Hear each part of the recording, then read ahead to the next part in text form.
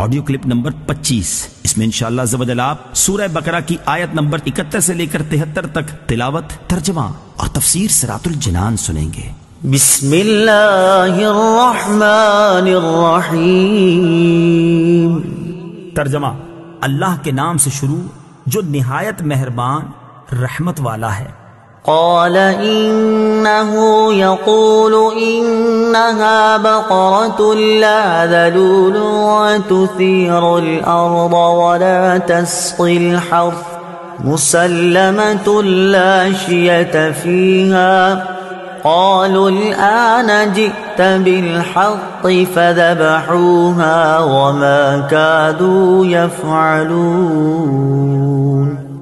ترجمہ: موسیٰ نے فرمایا اللہ فرماتا ہے کہ وہ ایک ایسی گائے ہے جس سے یہ خدمت نہیں لی جاتی کہ وہ زمین میں ہل چلائے، اور نہ وہ کھیتی کو پانی دیتی ہے، بالکل بے عیب ہے، اس میں کوئی داغ نہیں۔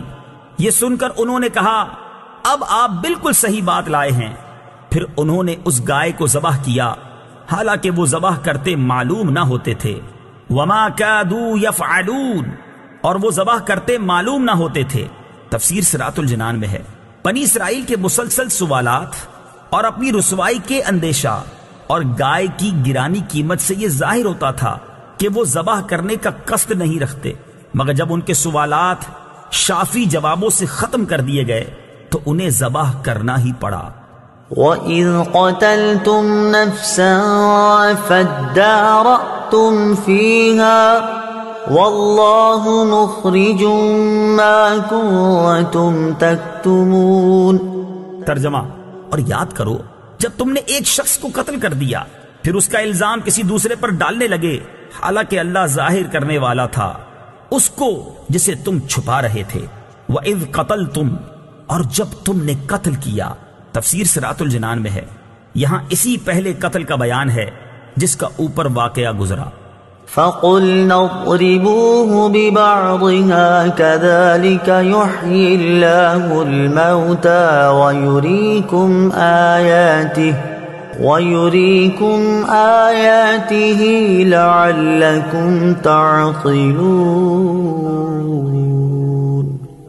ترجمہ: تو ہم نے فرمایا کہ اس مقتول کو اس گائے کا ایک ٹکڑا مارو، اسی طرح اللہ مردوں کو زندہ کرے گا اور وہ تمہیں اپنی نشانیاں دکھاتا ہے تاکہ تم سمجھ جاؤ۔ فقلنا، تو ہم نے فرمایا۔ تفسیر صراط الجنان میں ہے، بنی اسرائیل نے گائے ذبح کر کے اس کے کسی عضو سے مردے کو مارا، وہ بحکم الہی زندہ ہو گیا، اس کے حلق سے خون کا فوارہ جاری تھا۔ اس نے اپنے چچا زاد بھائی کے بارے میں بتایا کہ اس نے مجھے قتل کیا، اب اس کو بھی اقرار کرنا پڑا، اور حضرت موسیٰ علیہ السلام نے اس پر قصاص کا حکم فرمایا۔